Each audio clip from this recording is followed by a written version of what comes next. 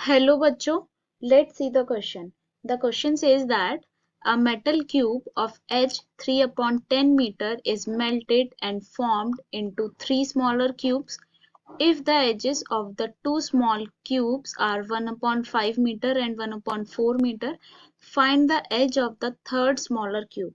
Options are 7 upon 20 meter, 1 upon 20 meter, 3 upon 20 meter, none of these. Okay, तो इस question में हमें क्या दे रखा है, हमारे पास एक मेटल का क्यूब था, ओके, जिसकी एज थी हमारे पास 3 अपॉन 10 मीटर, ओके, और इसको मेल्ट करके हमने 3 क्यूब्स, छोटे छोटे 3 क्यूब्स बना दिए, ओके, और जो फर्स्ट क्यूब है उसकी एज है 1 अपॉन 5 मीटर, और जो सेकंड क्यूब है उसकी एज है 1 अपॉन 4 मीटर, और थर्ड क्यूब की हमें एज बतानी है, ओके।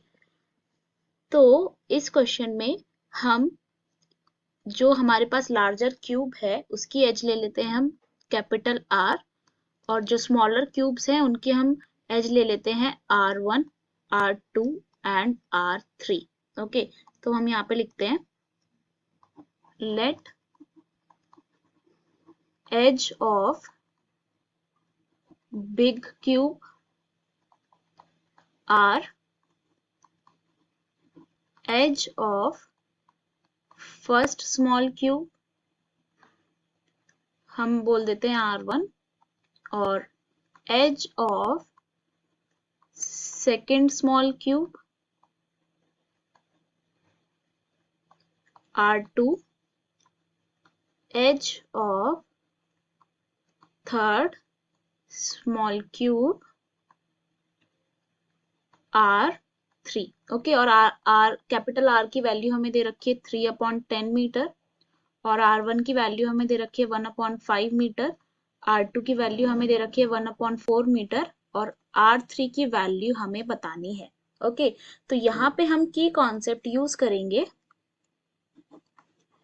की कॉन्सेप्ट हम यूज करेंगे volume of cube, volume of cube, और वॉल्यूम ऑफ क्यूब होता है हमारे पास साइड का होल क्यूब। जो भी क्यूब की साइड होगी उसका अगर हम होल क्यूब कर देंगे तो हमारे पास वॉल्यूम ऑफ क्यूब आ जाएगा।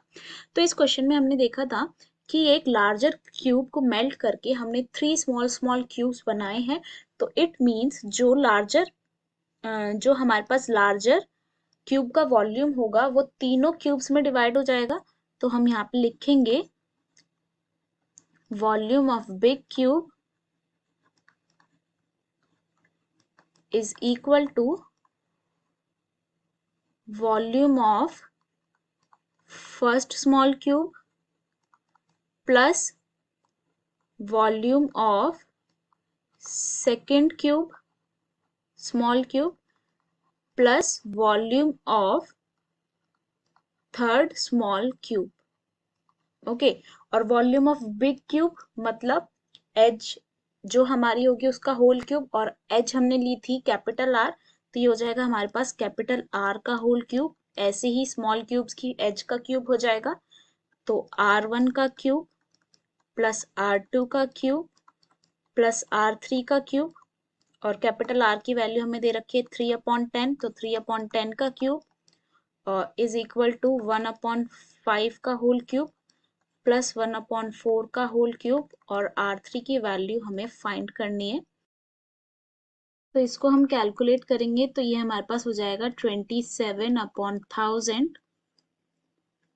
Is equal to 1 upon 125 plus 1 upon 64 plus R3 का होल क्यूब, क्योंकि हमें R3 की वैल्यू निकालनी थी यहाँ पे, तो ये हमारे पास हो जाएगा R3 का होल क्यूब, और ये हमारे पास होगा 27 अपॉन 1000 इज इक्वल टू, इसका एलसीएम आएगा हमारे पास 8000, और न्यूमरेटर में आ जाएगा 64 प्लस 125 प्लस R3 का whole cube, and it would be equal to 27 upon 1000 and it would be equal to 189 upon 8000 plus R3 का होल क्यूब।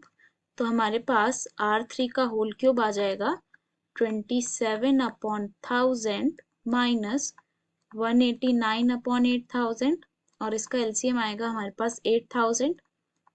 न्यूमरेटर में आएगा 27 इंटू 8 माइनस 189 और इसे हम मल्टीप्लाई करेंगे तो 216 माइनस 189/8000 और इसे सब्ट्रैक्ट करेंगे तो 27/8000। ओके, तो हमारे पास R3 के होल क्यूब की वैल्यू आएगी 27/8000 और इसको हम लिख सकते हैं 3 into 3 into 3/20 into 20 into 20। Okay, तो यहाँ से हमारे पास R3 की वैल्यू आएगी 3/20 क्योंकि क्यूब रूट हो जाएगा यहाँ पे। ओके, तो हमारे पास R3 की वैल्यू आएगी 3/20 मीटर। ओके, और यही हमारे पास फाइनल आंसर होगा। तो यहाँ पे हमारे पास ऑप्शन नंबर सी जो है वो करेक्ट ऑप्शन है। Okay, hope you will understand. Best of luck. Thank you.